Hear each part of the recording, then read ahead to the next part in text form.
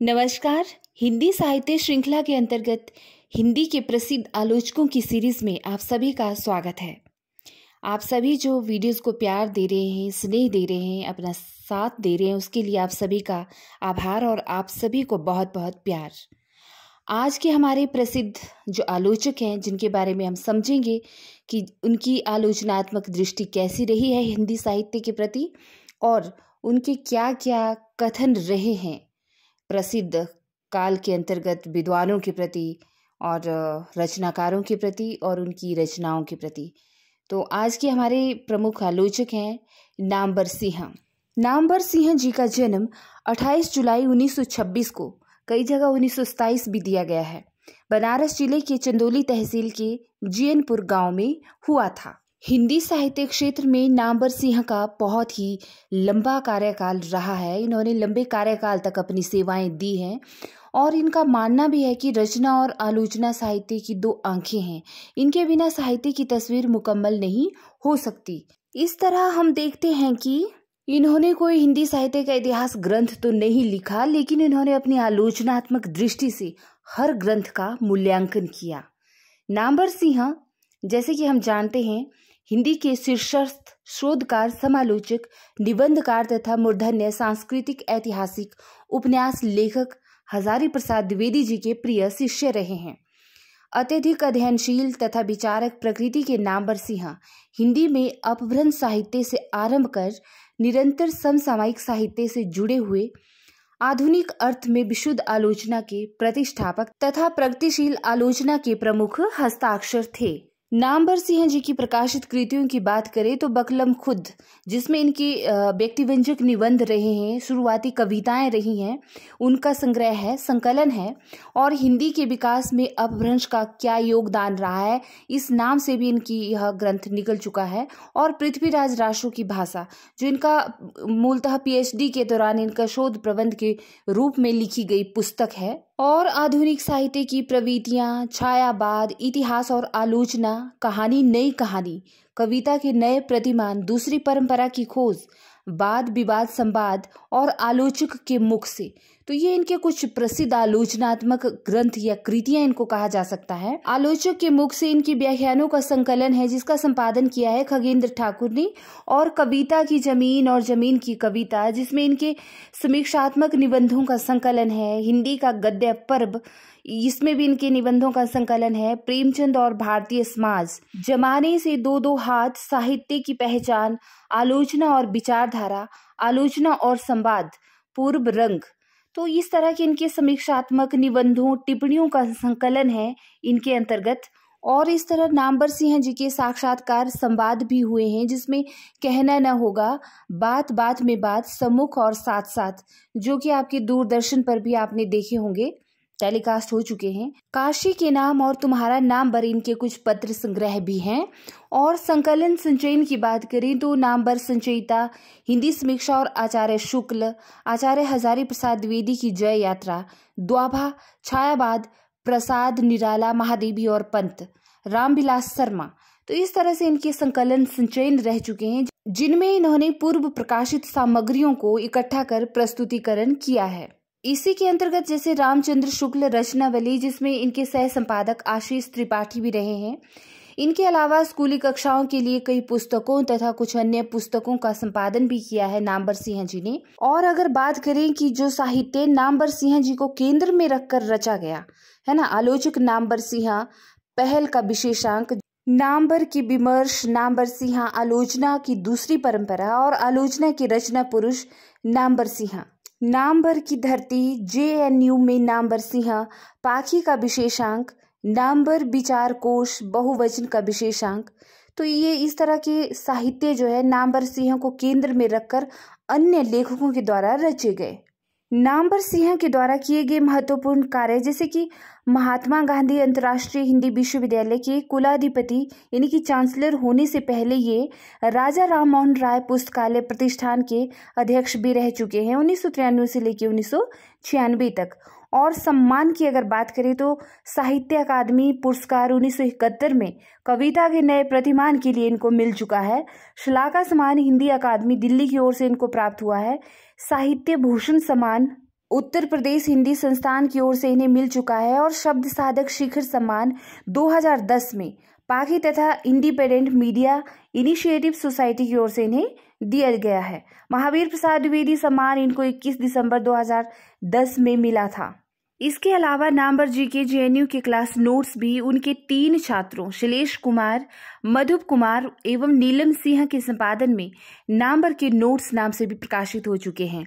संपादन कार्य की बात करें तो इन्होंने हिंदी की साप्ताहिक पत्रिका जनयुग और त्रैमासिक पत्रिका आलोचना का संपादन भी किया तथा साथ ही इनके द्वारा संपादित पुस्तकें संक्षिप्त पृथ्वीराज रासो, जिसका संपादन इन्होंने आचार्य हजारी प्रसाद द्विवेदी जी के साथ मिलकर किया है, साथ ही पुरानी राजस्थानी चिंतामणि और कार्ल मार्क्स, नागार्जुन, मलेज की डायरी तथा आधुनिक हिंदी उपन्यास भाग 2 का संपादन कार्य भी किया है।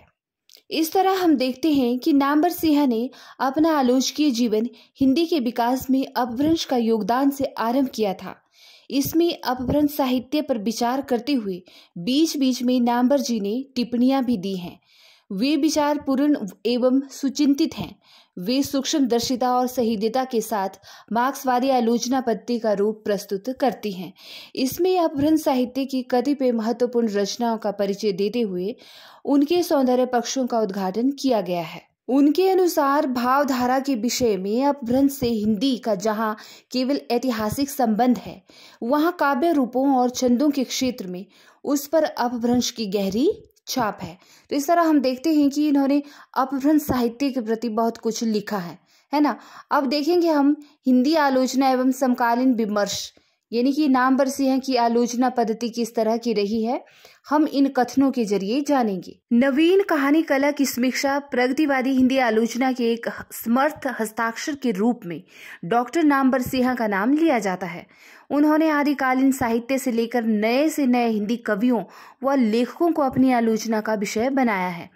वे पृथ्वीराज रासो से लेकर मुक्तिबोध और धूमिल तक की लंबी और विशाल काव्य परंपरा को आत्मसात कर उसकी सम्यक समीक्षा भी करते हैं। इनके लेखन का आरंभ अपभ्रंश से होता है, किंतु नई कविता और समकालीन साहित्य पर भी सर्वाधिक सशक्त टिप्पणी करने वालों में ये अग्रणी रहे हैं। सिद्धों की बात करें तो सिद्ध साहित्य की रचनाओं के विषय में इनका विचार है कि कुल मिलाकर सिद्धों की रचनाओं में जीवन के प्रति बहुत सकारात्मक दृष्टिकोण है। हेमचंद्र के प्राकृत व्याकरण में अपभ्रंश के उद्धृत दोहों की नामवर जी ने संदर्भ में देते हुए ऐसी मार्मिक व्याख्या की है कि तत्कालीन समाज का नितांत आत्मीय रूप हमारी आंखों के सामने उपस्थित हो जाता है। पृथ्वीराज रासो की भाषा के पाठ शोध में हजारी प्रसाद द्विवेदी का सहयोग करने के साथ साथ नामवर सिंह ने रासो संबंधी कुछ लेख भी उसी पुस्तक में जोड़ दिए हैं। पृथ्वीराज रासो भाषा और साहित्य के अंतर्गत यद्यपि ये लेख परिचयात्मक ही हैं, फिर भी एकाध स्थलों पर लेखक की सहृदयता, रस ग्रहिकी और आलोचकीय क्षमता का पता चलता है। इन 2 पुस्तकों में डॉक्टर नामवर सिंह के आलोचक रूप की अपेक्षा उनका शोधकर्ता इतिहासकार रूप अधिक उभरता है।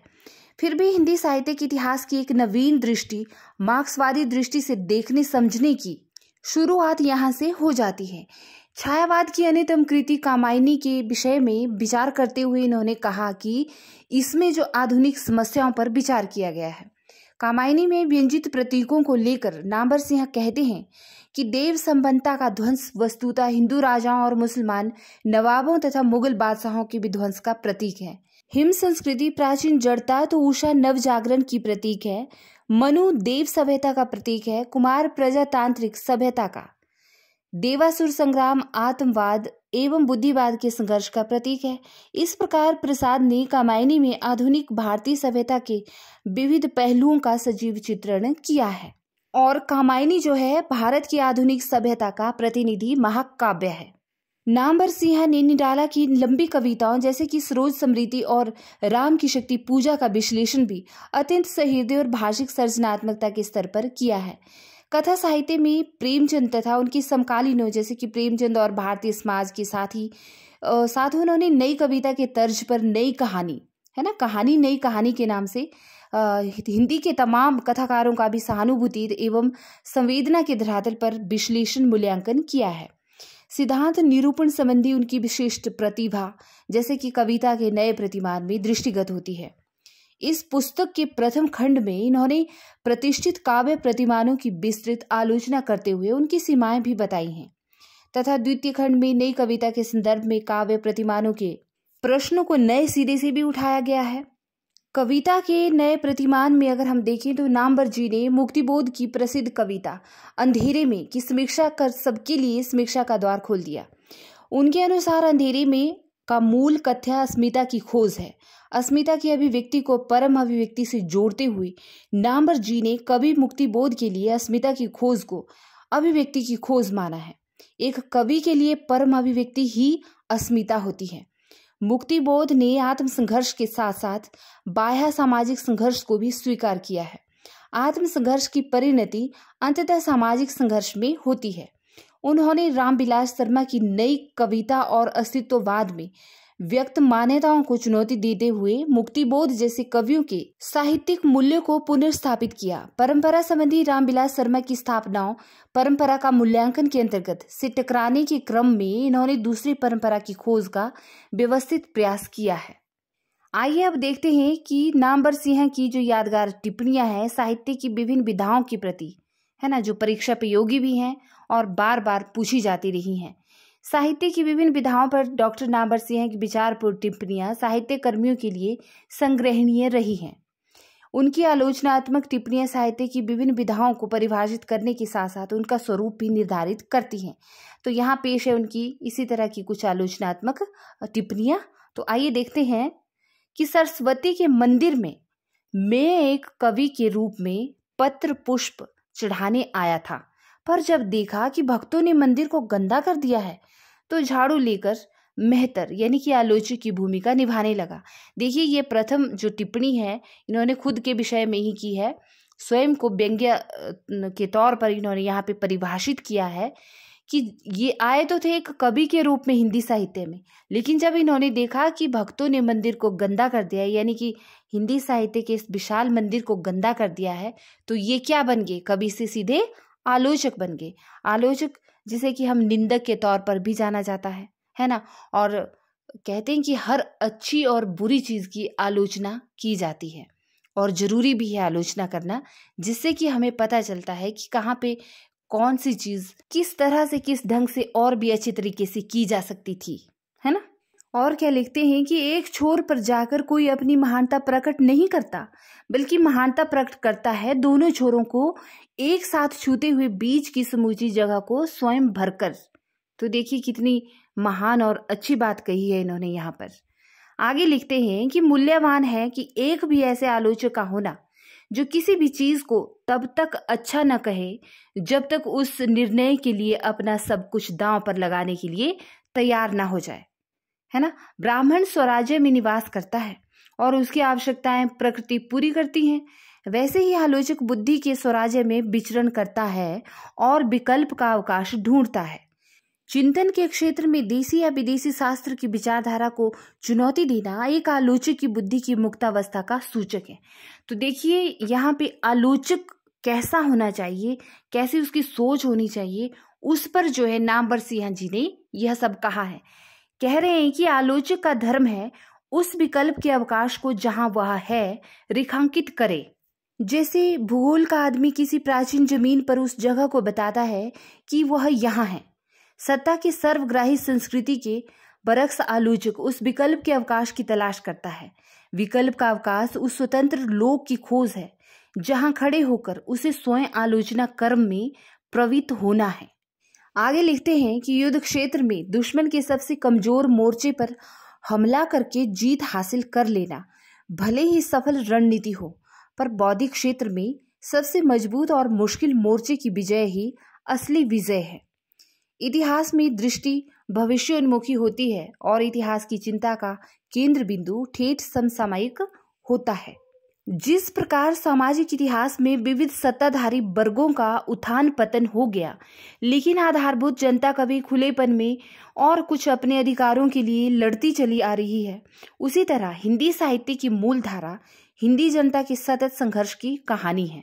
मैं यहाँ पर एक बात कहना चाहूँगी कि जैसे कि देखिए ना, इतने सारे राइटर हैं, इतने सारे आलोचक हैं, तो उन सब की इतनी सारी आलोचनात्मक कृतियाँ हैं। हम किन किन को पढ़ें, कैसे किसी को जानें, कैसे समझें? ये सवाल, ये प्रश्न हमारे दिमाग में आते हैं।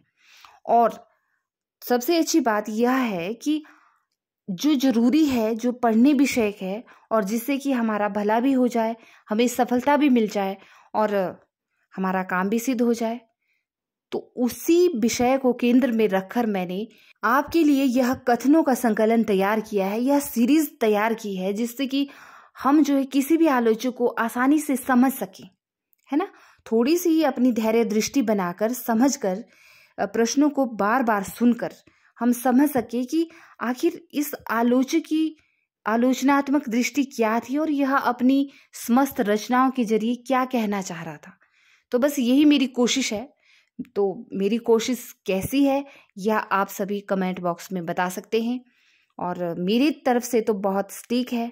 अब आप पर डिपेंड करता है कि आप इसको कैसे समझते हैं। आगे नामवर जी लिखते हैं कि देखना यह है कि किसी लेखक में व्यापकता के होते हुए भी जब हम गहराई की कमी पाते हैं तो वस्तुतः वह गहराई की कमी व्यापकता की कमी तो नहीं है। इसी तरह कोई लेखक संकीर्ण होते हुए भी गहरा मालूम हो तो विचारने की जरूरत है कि कहीं उनकी उस गहराई में कमी तो नहीं है।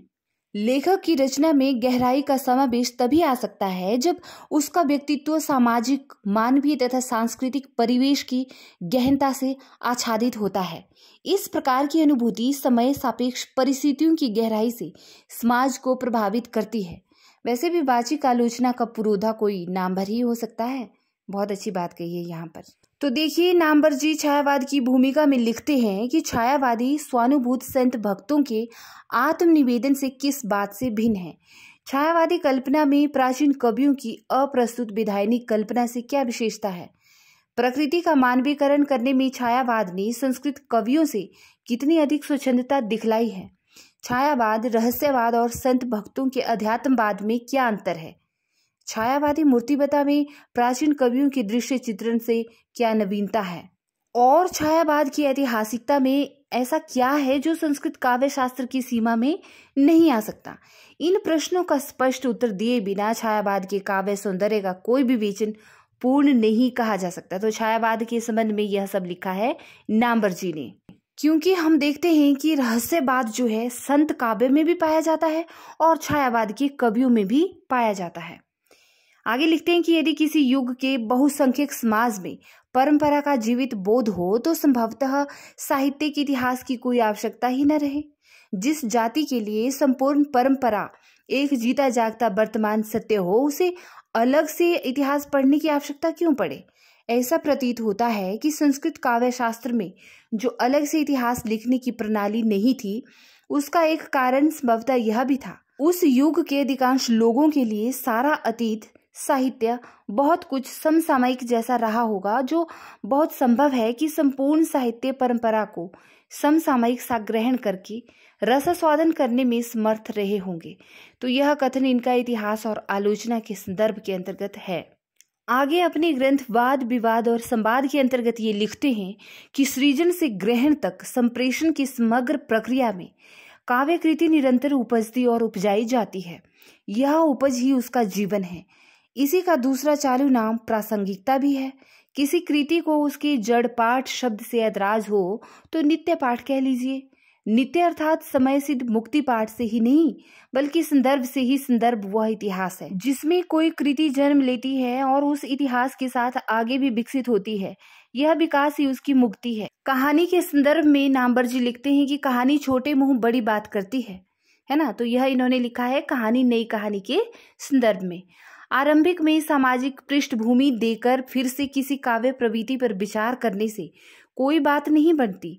सामाजिक सत्य कविता से खोज निकालने की चीज है, ऊपर से आरोपित करने की नहीं। आगे रहस्यवाद के संबंध में लिखते हैं कि रहस्यवाद अज्ञात की जिज्ञासा है, तो छायावाद चित्रण की सूक्ष्मता और सुछंदतावाद प्राचीन रूढ़ियों से मुक्ति की आकांक्षा। छायावादी कल्पना केवल अलंकारों और प्रतीकों की योजना करने वाली सामान्य प्रवृत्ति नहीं है, वह सत्यान्वेषी दृष्टि है। छायावाद उस राष्ट्रीय जागरण की अभिव्यक्ति है जो एक और तो पुरानी रूढ़ियों से मुक्ति चाहता था और दूसरी ओर विदेशी पराधीनता से भी मुक्ति चाहता था। अपनी रचनात्मक कृति कविता के नए प्रतिमान की भूमिका में नामवर जी लिखते हैं कि कविता के नए प्रतिमान के केंद्र में मुक्तिबोध है। इस पुस्तक का आधार यह धारणा है कि नई कविता में मुक्तिबोध की स्थिति वही है जो छायावाद में निराला की थी।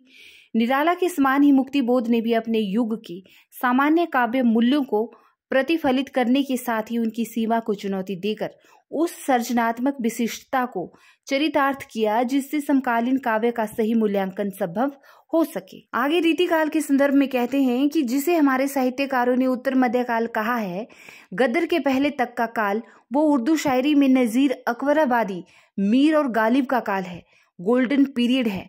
ठीक उसके समानांतर हिंदी में जो कविता लिखी जा रही है उसे कायदे से स्वर्ण युग कहने के बजाय पतन का काव्य कहा जाता है। तो इस तरह हम देखते हैं कि उत्तर मध्यकाल को पतन का काव्य कहने के विरोध में थे नामवर सिंह।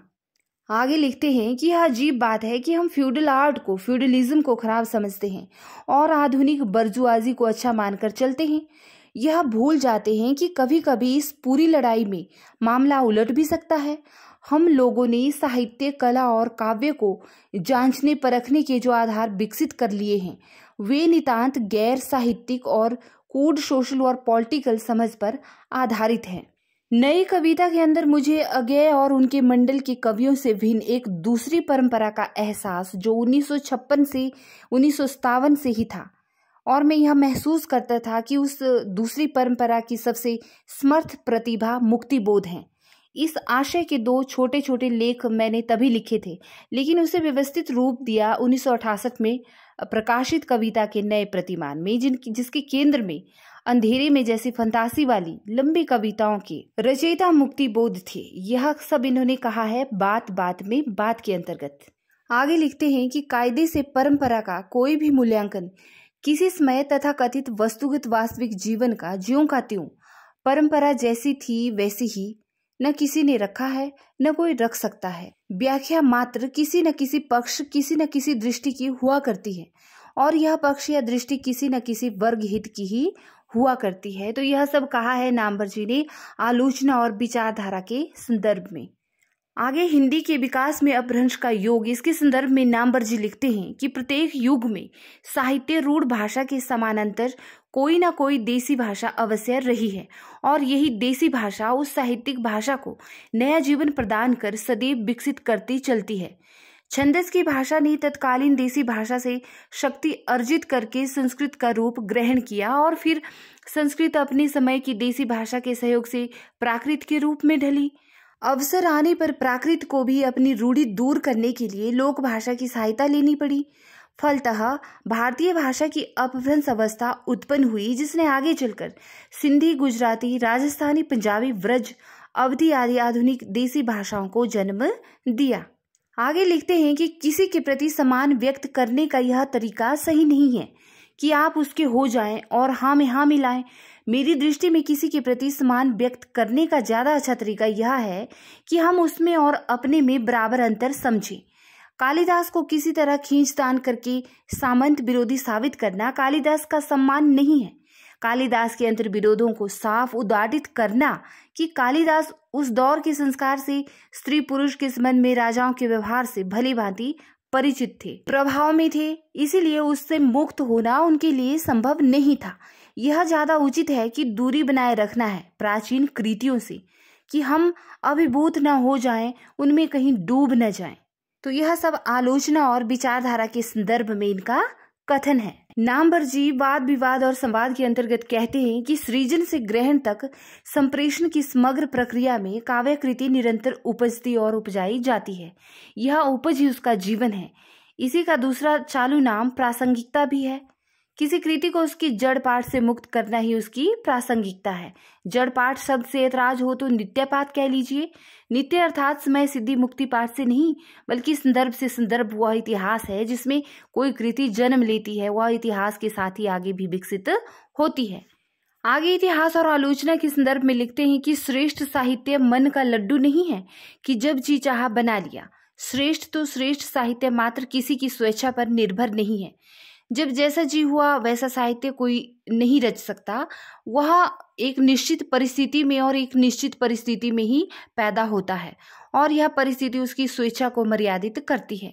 यहाँ तक कि उसके विद्रोह को भी परिस्थिति के विरुद्ध लेखक का विद्रोह भी उस परिस्थिति के द्वारा निर्धारित होता है। यह लेखक की ऐतिहासिक सीमा है कि मन के लड्डू खाने की अपेक्षा अपनी ऐतिहासिक सीमा को समझने और समझ बदलने की कोशिश करने में कहीं अधिक स्वाद है। लिखते हैं कि साहित्य में इतिहास मेरी मुख्य चिंता थी। साहित्य का इतिहास लिखना इतना महत्वपूर्ण नहीं था जितना साहित्य का इतिहास समझना, और यह वीर गाथा काल और भक्ति काल, रीति काल और भारतेंदु मंडल काल, और जिस तरह से विभाजन कर दिया गया था और फिर मुसलमानों का हमला हुआ तो इतिहास बदल गया।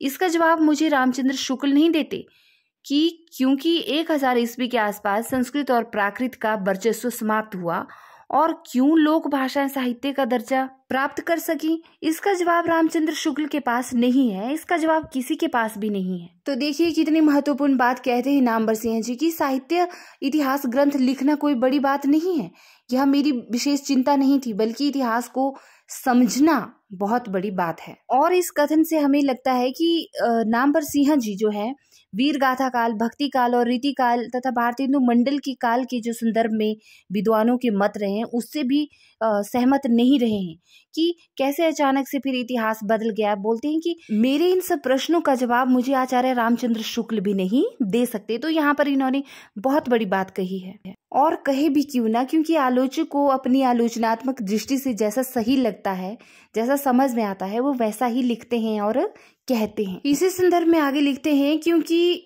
हिंदी ही नहीं बल्कि समूचे भारतीय इतिहास में लोक भाषाएं पहली बार साहित्यिक गौरव के साथ आई, और इसको गौरव दिलाने में आधे से ज्यादा वे लोग हैं जो बेपढ़े लिखे हैं, छोटी जातियों के लोग हैं। उनका लोक साहित्य कभी साहित्य क्यों नहीं माना गया, ये सवाल मुझे परेशान करते हैं।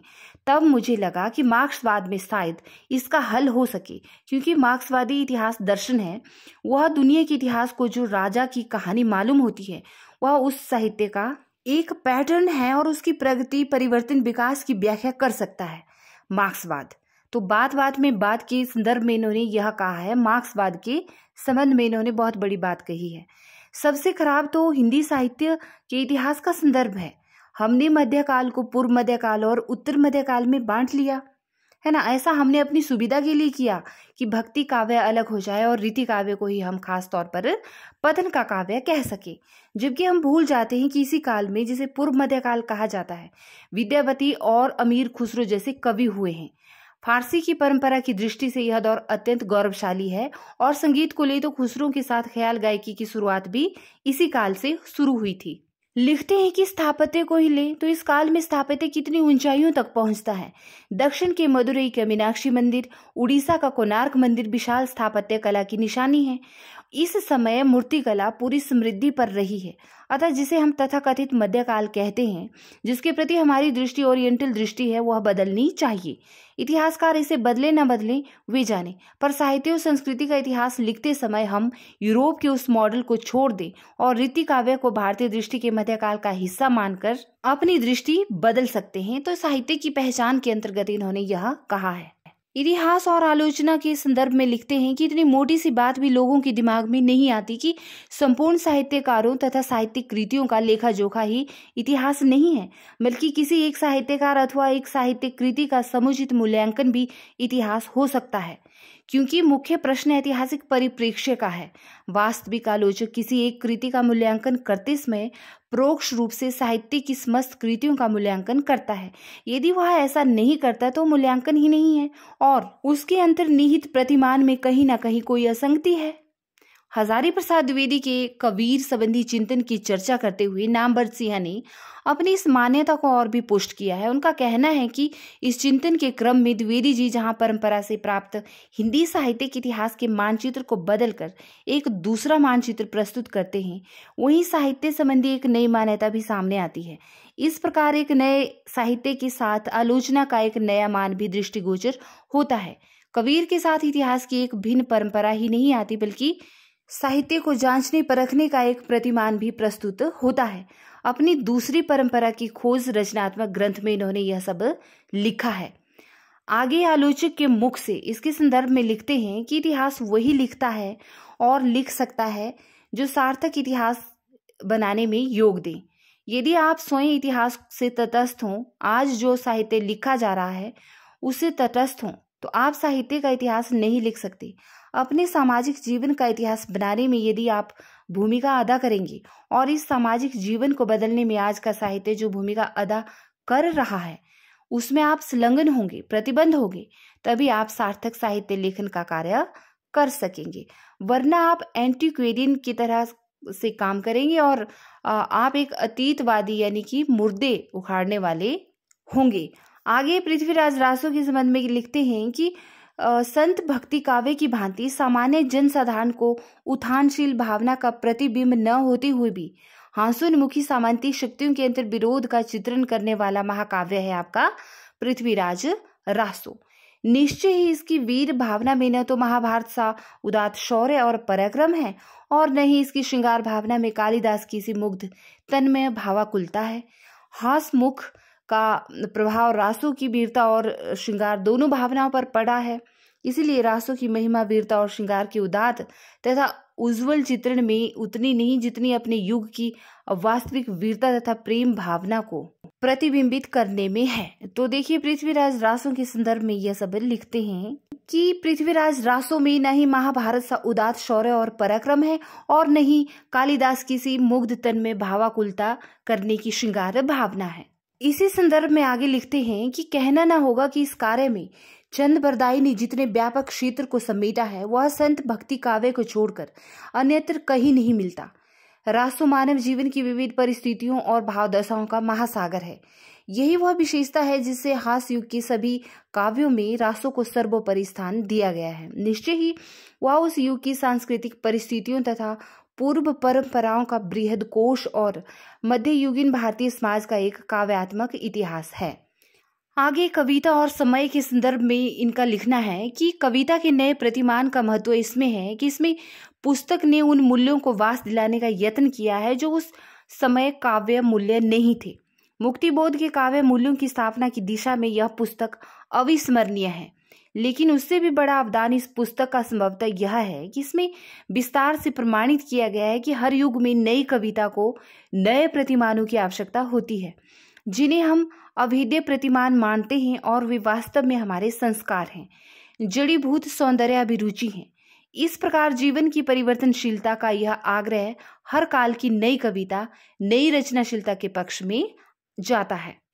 आगे कहना ना होगा कि संदर्भ में नामवर जी लिखते हैं कि इतिहास और आलोचना के लेखों में रूपवाद या कलावाद का विरोध ज्यादा है क्योंकि उस दौर की ऐतिहासिक आवश्यकता यही थी। आगे चलकर यदि उसकी उपेक्षा की गई और अति वामपंथी प्रवृत्ति की आलोचना की ओर विशेष ध्यान दिया गया तो स्पष्ट है कि मेरी नजर में साहित्यिक वातावरण बदल चुका था। तो देखिए कि डॉक्टर बचन सिंह ने भी नामवर सिंह के बारे में लिखा है कि वे मार्क्सवाद की ऐतिहासिक दृष्टि को लेते हुए भी उसके अतिशय से बचते हैं। मार्क्सवादी आलोचकों में शब्द मीमांसा पर शायद ही कोई इतना बल देता होगा। इससे आलोचना में एक प्रासंगिकता आती है। वस्तुतः विषय प्रतिपादन की गंभीरता, शैली की तार्किकता एवं अर्थ व्यंजना के सौष्ठव की दृष्टि से डॉक्टर नामवर सिंह को अपनी पीढ़ी के आलोचकों में अत्यधिक महत्वपूर्ण स्थान प्राप्त है। अपने पूर्ववर्ती प्रगतिवादी आलोचकों से नामवर सिंह इस दृष्टि से भिन्न है कि उन्होंने कविता को संकीर्णता से नहीं अपितु उदार दृष्टि एवं सहानुभूति के साथ देखा है। मुक्तिबोध इसी दृष्टिकोण की मांग कर रहे थे। छायावाद पर लिखित अपनी पहली ही पुस्तक में नामवर सिंह ने परंपरागत उठापटक को छोड़कर छायावादी कविता में निहित सामाजिक तत्वों का दिग्दर्शन करवाया। कविता के प्रतिमान पहले से उपस्थित थे परंतु उन्होंने अपने ढंग से अपने विचारों के अनुसार उनकी व्याख्या की और इसीलिए खूब चर्चित भी हुए।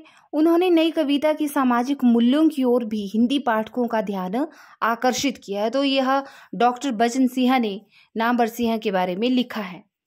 जैसे कि आगे के कथन में देखिए कि नई कविता के संदर्भ में नए काव्य प्रतिमानों का प्रश्न उठाते हुए नामवर सिंह लिखते हैं कि कविता के प्रतिमान को व्यापकता प्रदान करने की दृष्टि से आत्मपरक नई कविता की दुनिया से बाहर निकलकर उन कविताओं को भी विचार की सीमा में ले आना आवश्यक है जिन्हें किसी अन्य उपयुक्त शब्द के अभाव में सामान्यतः लंबी कविता कह दिया जाता है। कविताओं के इस आत्मपरक वर्ग के विरुद्ध उन्होंने मुक्तिबोध की लंबी कविताओं का उदाहरण देकर सामाजिक वस्तु पर काव्य मूल्यों की स्थापना पर जोर दिया। ये कविताएं अपनी दृष्टि में सामाजिक और वस्तुपरक हैं और आज की ज्वलंत एवं जटिल यथार्थ को अधिक से अधिक समेटने के प्रयास में कविता को व्यापक रूप में नाट्य विचार प्रदान कर रहे हैं और इस तरह तथाकथित बिंबवादी काव्य भाषा के दायरे को तोड़कर सपाट बयानी आदि अन्य क्षेत्रों में कदम रखने का साहस दिखा रहे हैं। आगे साधारणीकरण की चर्चा करते हुए नामवर जी लिखते हैं कि नए आचार्यों ने शब्द को लेकर ना जाने कितनी शास्त्रीय बातों की उद्धरणी की और नतीजा क्या, विद्यार्थियों पर उनके आचार्यत्व की प्रतिष्ठा भले ही हो गई हो, लेकिन नई कविता की एक भी जटिलता नहीं सुलझी। नामवर सिंह ने हिंदी साहित्य के इतिहास लेखन के संबंध में भी अपना प्रगतिशील दृष्टिकोण प्रस्तुत किया है। इन्होंने साहित्य इतिहास क्यों और कैसे निबंध में हिंदी साहित्य के इतिहास को फिर से लिखे जाने की आवश्यकता बताई है। इतिहास और आलोचना के अंतर्गत उन्होंने व्यापकता और गहराई जैसे महत्वपूर्ण काव्य मूल्यों को परस्पर सहयोगी बताने का मौलिक साहस दिखाया है, जबकि इन दोनों को परस्पर विरोधी गुणों के रूप में स्वीकार किया गया था। देखा जाए तो नामवर सिंह प्रगतिशील आलोचना की ऐसी पद्धति विकसित करते हैं जो रामविलास शर्मा की स्थापनाओं से जूझते हुए उसका विस्तार भी करती है। नामवर जी छायावाद की परिचय से प्रारंभ करते हैं तथा काल एवं प्रमुख कवियों का नाम उल्लेख करते हुए यह भी कहते हैं कि भावो उच्छ्वास प्रेरित स्वच्छंद कल्पना वैभव की वह स्वच्छंद प्रवृत्ति है जो देश कालगत वैशिष्ट्य के साथ संसार की सभी जातियों के विभिन्न उत्थानशील युगों की आशा आकांक्षा में निरंतर व्यक्त होती रही है। छायावाद के परिप्रेक्ष्य में यह सब कहा है। लिखते हैं कि शुक्ल जी के स्वच्छंदतावाद में छायावाद की रहस्य भावना के लिए कोई जगह न थी। फलतः स्वच्छंदतावाद अंग्रेजी के रोमांटिसिज्म का अनुवाद होते हुए भी छायावादी कविता का केवल एक अंग बनकर रह गया और धीरे धीरे छायावाद संपूर्ण रोमांटिसिज्म का वाचक बन गया। नामवर जी छायावादी कवि के व्यक्तिगत जीवन और भक्ति काव्य की निर्व्यक्तिकता में स्पष्ट भेद करते हैं। इस व्यक्तिकता का उत्स आधुनिक शिक्षा और प्राचीन कृषि व्यवस्था की अतिशय सामाजिकता के बीच के द्वंद्व में देखते हैं। आत्मकथा उसका विषय हो गया और मैं उसकी शैली। प्रसाद ने तो स्पष्टतः अपनी आत्मकथा का स्पष्टीकरण ही लिख डाला और निराला ने सबकी ओर स्वीकार किया है कि मैंने मैं शैली अपनाई। आगे नामवर जी लिखते हैं कि व्यक्तिवाद के कोमल पक्षों पर विचार करते हुए वे इसके परुष पक्ष पर भी विचार करते हैं तथा सरोज स्मृति और वनवेला जैसी कविताओं को इसी आधार पर देखने की खास वजह बताते हैं। अंत में व्यक्तिवादी धारा ने जिस और रुख किया उस पर नामवर जी विस्तार से कहते हैं। आरंभ में जिस व्यक्ति ने अपने व्यक्तित्व की खोज के लिए निर्जन प्रकृति में प्रवेश किया था, अंत में उसी ने समाज से भागकर प्रकृति के कल्पना लोक में शरण ली, जिससे आरंभिक आत्म प्रसार में समाज के सामंती मूल्यों को चुनौती दी। उसके अंतिम अहम भाव में संपूर्ण समाज, विशेषतः अपने ही मध्य वर्गीय समाज की व्यवसायिकता से घबराहट का तीव्र असंतोष और निराशा है। तो इस संदर्भ में हम देखते हैं कि व्यक्तिवाद से व्यक्तिनिष्ठ सौंदर्य की ओर बढ़ते हुए नामवर जी बहुत ही कॉम्पैक्ट हैं। आलेख में सुई के बराबर जमीन नहीं जो व्यर्थ ही जमीन घेर रहा हो। फिर इसी सौंदर्य के रास्ते प्रकृति की ओर यात्रा। और नामवर जी की एक महत्वपूर्ण चीज बताते हैं कि छायावादी कवियों ने प्रकृति के छिपे हुए इतने सौंदर्य स्तरों की खोज की है कि वह आधुनिक मानव के भौतिक और मानसिक विकास का सूचक बन गई हैं। इस सौंदर्य बोध का विकास प्रकृति और मानव के पारस्परिक संबंधों का परिणाम है। प्रकृति ने मनुष्य में सौंदर्य बोध जगाया और मनुष्य ने उद्बुद्ध होकर प्रकृति में नवीन सौंदर्य की खोज की और इस तरह दोनों परस्पर वर्धमान हुए। सौंदर्य और सामाजिक विकास को सहचर बनाते हुए नामवर जी बिना किसी मार्क्सवादी सिद्धांतों की चर्चा करते हुए बड़ी बात कहते हैं। नामवर जी व्यक्तिवाद के एक महत्वपूर्ण परिणाम की ओर संकेत करते हुए कहते हैं कि इससे उनका संपूर्ण दृष्टिकोण व्यक्तिनिष्ठ हो गया। संसार की सभी वस्तुओं को आत्मरंजित करके देखने के प्रयास में छायावाद का ध्यान वस्तु से बाह्य आकार की अपेक्षा या तो उसमें निहित भाव की ओर गया या उसकी सूक्ष्म छाया की ओर।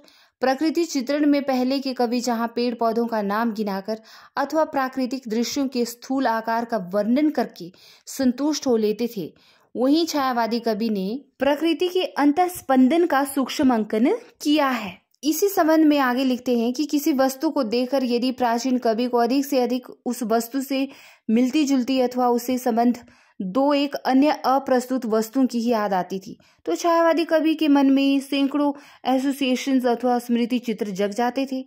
यमुना को देखकर यदि बिहारी ने इतना ही कहा था कि सघन कुंज छाया सुखद, तो निराला के मन में यमुना से संबंधित सैकड़ों स्मृति चित्र उभर आए और यमुना के किनारे उन्होंने कल्पना की एक दूसरी ही सृष्टि खड़ी कर दी थी। तो देखिए, छायावादी कवियों के संदर्भ में इन्होंने नामवर सिंह ने क्या कहा है, इन्होंने प्राचीन कवियों के साथ जो है इनकी तुलना की है। कहने का अभिप्राय है कि छायावादी कवि जो है अति सूक्ष्मता के साथ जो है किसी चीज में घुस जाते थे, उसके अंतः भावना तक जाते थे, व्यक्तिगत भावना तक जाते थे और उसका बड़ी बारीकी से वर्णन करते थे। हम कह सकते हैं कि व्यक्तिवाद का तीसरा परिणाम भावुकता है और नामवर जी इस परिणाम का विश्लेषण भी एक खास दृष्टि से करते हैं। सबसे पहले भावुकता के उत्स, फिर उसके स्वरूप, अंत में उसकी सीमा। नामवर जी प्रत्येक प्रवृत्ति का ऐसे ही विश्लेषण करते हैं।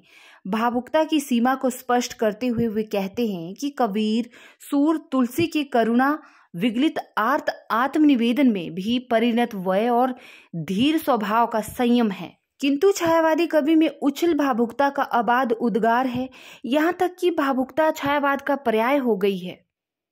तो इस तरह हम भी कह सकते हैं कि नामवर सिंह जी ने छायावाद का बड़ी सूक्ष्मता के साथ, बड़ी गहराई के साथ जो है आकलन किया है, उसका अध्ययन किया है। तभी तो छायावाद के संबंध में इन्होंने इतनी गहरी बातें कही हैं, है ना। और इस तरह हम कह सकते हैं कि डॉक्टर नामवर सिंह हिंदी आलोचना की बाजिक परंपरा के आचार्य कहे जाते हैं। जैसे बाबा नागार्जुन घूम घूम कर जो है किसानों और मजदूरों की सभाओं से लेकर छात्रों, नौजवानों, बुद्धिजीवियों और विद्वानों तक की गोष्ठियों में अपनी कविताएं बेहिचक सुनाकर जनतांत्रिक संवेदना जगाने का काम करते रहे, वैसे ही नामवर सिंह भी घूम घूम कर वैचारिक लड़ाई लड़ते रहे। रूढ़िवादिता, अंधविश्वास, कलावाद, व्यक्तिवाद आदि के खिलाफ चिंतन को प्रेरित करते रहे, नई चेतना का प्रसार करते रहे हैं। इस वैचारिक सांस्कृतिक अभियान में नामवर जी एक तो विचारहीनता की व्यवहारिक काट करते रहे, दूसरे वैकल्पिक विचारधारा की ओर से लोक शिक्षण भी करते रहे हैं। नामवर जी ने मार्क्सवाद को अध्ययन की पद्धति के रूप में, चिंतन की पद्धति के रूप में, समाज में क्रांतिकारी परिवर्तन लाने वाले मार्गदर्शक सिद्धांत के रूप में और जीवन और समाज को मानवीय बनाने वाले सौंदर्य सिद्धांत के रूप में स्वीकार किया था। एक मार्क्सवादी होने के नाते वे आत्मलोचन को भी स्वीकार करते चलते रहे, वे आत्मलोचन करते भी रहे। उनके व्याख्यानों और लेखन में भी इसके उदाहरण मिलते हैं। आलोचना को स्वीकार करने में नामवर जी का जवाब नहीं। यही कारण है कि हिंदी क्षेत्र की शिक्षित जनता के बीच मार्क्सवाद और वामपंथ में बहुत लोकप्रिय नहीं होने के बावजूद नामवर जी उनके बीच प्रतिष्ठित और लोकप्रिय रहे। तो ये थी नामवर सिंह जी के बारे में समस्त बातें, उनकी समस्त आलोचनात्मक दृष्टि, उनकी सोच, उनकी साहित्य को समझने की परख और एक आलोचक के तौर पर उनका जो कहने का ढंग था। तो इन सब बातों को मैंने आपके समक्ष रखा है। इस वीडियो के जरिए आप इसको अच्छे से सुने और आप समझ जाएंगे कि नामवर सिंह जी की आखिर क्या विचारधारा रही है हिंदी साहित्य को लेकर। साथ ही एक बात कहना चाहूंगी कि कुछ विद्यार्थियों का कहना है कि बाकी की वीडियो शो नहीं होती, तो प्लेलिस्ट बनी है, आप प्लेलिस्ट में जाइए और तमाम वीडियोस को देखिए। आचार्य रामचंद्र शुक्ल जो कि हिंदी साहित्य के बहुत बड़े आलोचक, प्रसिद्ध आलोचक माने जाते हैं, तो उनके संपूर्ण कथनों का संकलन भी मैंने इसी सीरीज के अंतर्गत किया है। आप सब उन वीडियोस को भी देखें और उनके बारे में भी अपने जो है विचार व्यक्त करें कमेंट बॉक्स में। और नए विद्यार्थियों से यही कहना चाहूंगी कि बिना किसी हिचक के, बिना किसी सोच विचार के, मंथन के चैनल को सब्सक्राइब करें और तमाम वीडियोज को अच्छे से देखें। सब्सक्राइब करने के साथ ही बेल आइकन को प्रेस जरूर करें ताकि सभी वीडियोस की नोटिफिकेशन आपको समय पर मिल जाए। और इसी तरह से अपना प्यार सहयोग बनाए रखें। बाकी महत्वपूर्ण विद्वानों की महत्वपूर्ण कथनों की सीरीज लेकर आप सबके समक्ष इसी तरह आती रहूंगी। नमस्कार। तो अपना ख्याल रखें और बने रहें मेरे साथ। और कहते हैं ना कि हर समस्या का हल होगा, आज नहीं तो कल होगा। इसी उम्मीद के साथ मिलती हूँ आपके साथ नेक्स्ट वीडियो में।